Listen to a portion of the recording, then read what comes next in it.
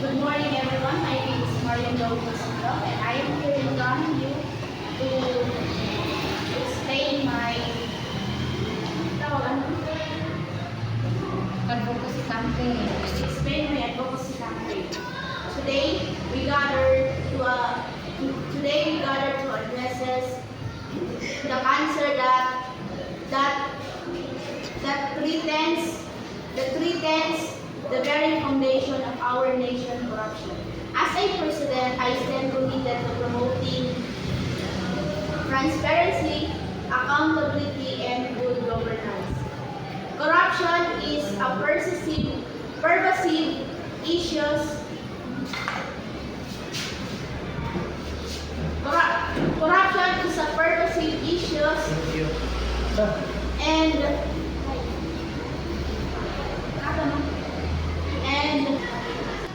corruption undermines trust and stifles economic growth.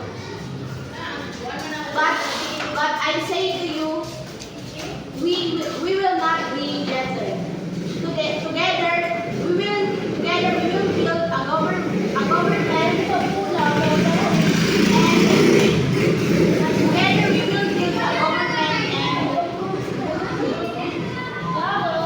Together we will build a government that serves the people.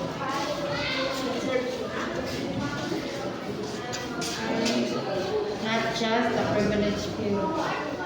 Together we will build a government, a good government, not just a people, and that serves the people, not just a privileged few.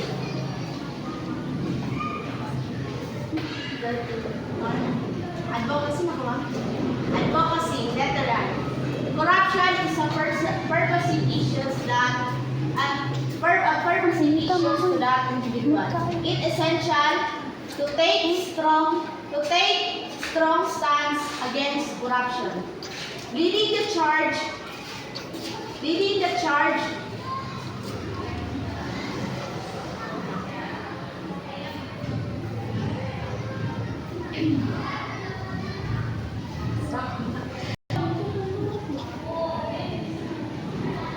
To take a strong stand.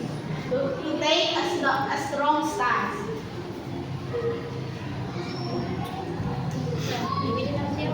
Number 2 pa. Issues to that individual.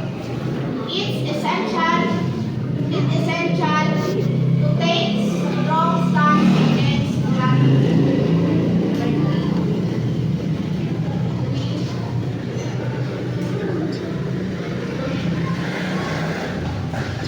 The phrase zero tolerance The phrase zero tolerance against corruption.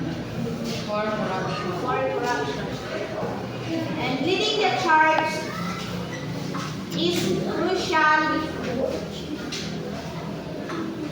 In this effort in Leading the charge in this effort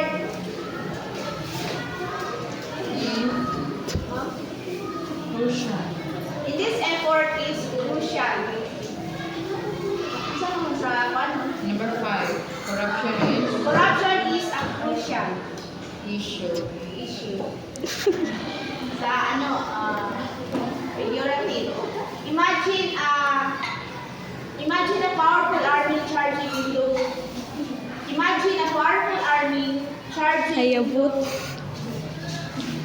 powerful army charging into battles against corruption. Transparency.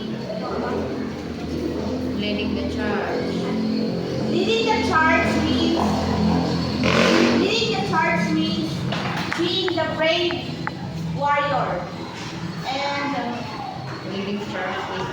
leading charge means determination. This title symbolizes courage and symbolizes determination. Campaign veteran. Corruption is a pervasive issue that affects every aspect of our society. For governance to economy and for individuals to the nation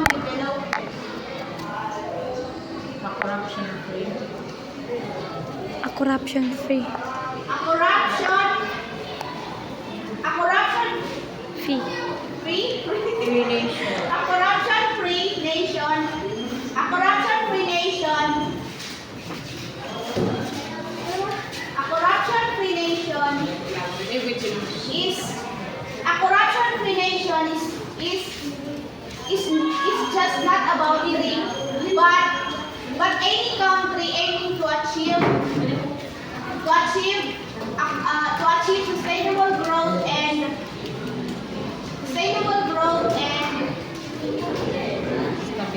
Stability. Stability.